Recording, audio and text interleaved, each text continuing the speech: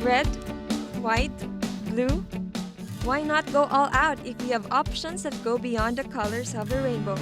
Colors reflect personality, affect moods, create beautiful patterns, and basically provide that extra oomph to every space. This is Interior Motives. Tonight, let us color your world with inspirations from a country home inspired by the colors of Andalusia. The bold and bright patterns by which Jaima is cheerfully breaking the old and boring. A design challenge that is about to bring more color into the lives of 3 young design teams. And with foolproof ways to add a splash of color into your home.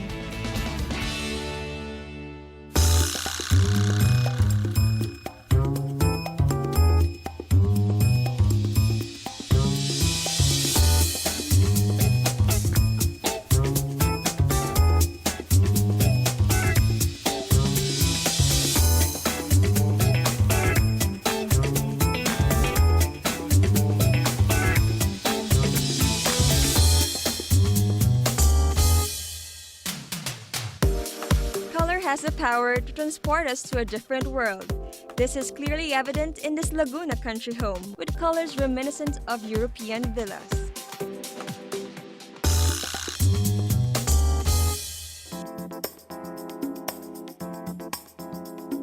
Hi, sir. Hello, Shamsi. Wow, this place is huge. How big is the area? This is 2 hectares and it overlooks the lake. But this was originally just a coconut plantation with some lanzones trees and lots of cogon grass. So this one is huge. Why did the owners decide to have like a huge pergola? Well, you know, the entrance pavilion is far from the house and in the summertime it's very hot. In Spain and Europe, they usually build a pergola to reduce the heat of the sun. And then we use metal beams so that you just have to paint it. Everything is so grand. Like I feel like I'm a princess in a faraway villa. Well, now I'll show you the first building that was built on the site.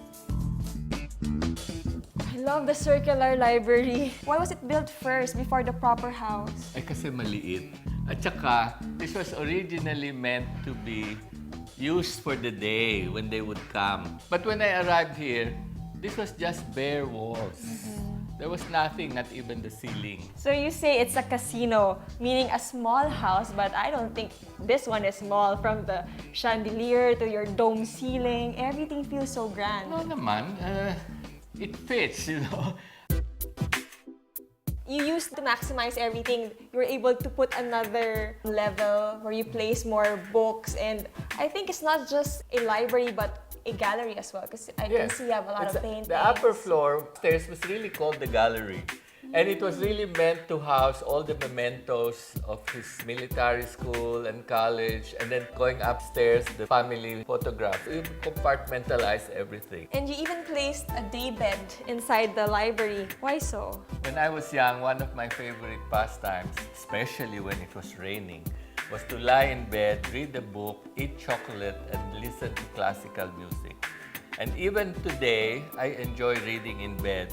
Usually the design of a library is really structured with all the tables and the chairs and the shelves. Sometimes it feels a bit rigid, but since you place this daybed right here, it makes it more comfortable and like you feel like you're at home and you're allowed to remove your shoes and lie down. And read your favorite book. Oo. So this is what you call the little house. I can't wait to see the big house. Can we go? Let's go. Now, this is the house proper. Yes. You were right earlier. The library was a small introduction for the bigger house. You know, this lanai was designed for enjoying the view, you know, the lake and enjoying the garden. You know, I made all those benches. 30, 40 people can sit there. These are what you call spring colors. And the fabric is just plain, ordinary chintz. But, you know, it's the design. And they know how to keep the cushions properly so it does not get stained. And considering this is 15 years old, pero good as new. Wow, and you told me earlier that you forgot the color of the paint. Yeah. So you weren't able to repaint the... No, he wanted to repaint. But then I said, wag na, mahal-mahal mag-paint, no? I So said, this was, how leave old it is like the that. paint? 15 years ago.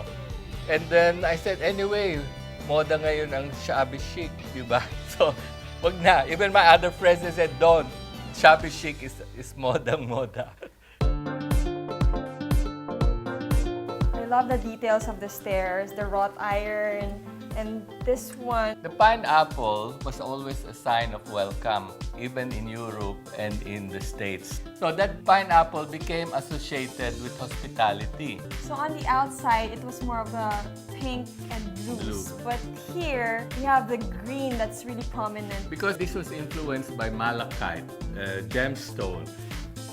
I've noticed you have a huge mural on the other room. Can we take a closer look? Yes, we can.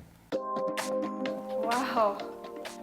All the walls are hand-painted. Not just the walls, but even the ceiling. You Yes. had it also hand-painted. Yes, it's because the ceiling is low and the room is narrow. You know, how do you correct it to make an optical illusion? And the dominant colors are yellow and blue. Yes. And even your chairs. I had a pair of antique chairs, so I had it copied, recarve it of that design. Even your chandeliers are also blue. This is quite unusual because it has a lot of blue. Usually when you buy Murano chandeliers in Manila, they're always white. Well, so far, I haven't been to all the areas of the house, but this is my favorite part because of the murals and the ceiling. It really has that feeling that you're eating in a villa overlooking the beautiful views of the lake. Exactly, and you have the views there. Okay, let's go upstairs. Okay. So you have another chandelier here at the staircase. Yes, that's a baccarat. The baccarat is the most expensive crystal in France. So here, on the second floor, is where all the rooms are located. Well, actually, there's a room downstairs, but here there are 3 bedrooms, 1 master bedroom, a boys' room, and a girl's. So how did you choose the colors for each room? Well, I asked them, what's your favorite color? And the boys said green because they were studying in La Salle. And the girl said, I like red. Oh my God, red. Hirap nun. And then, of course, Boyette's favorite was blue. Because of the beautiful view and the garden, I designed every room to have its own veranda so that they can relax there, or if they have friends, they can play games there.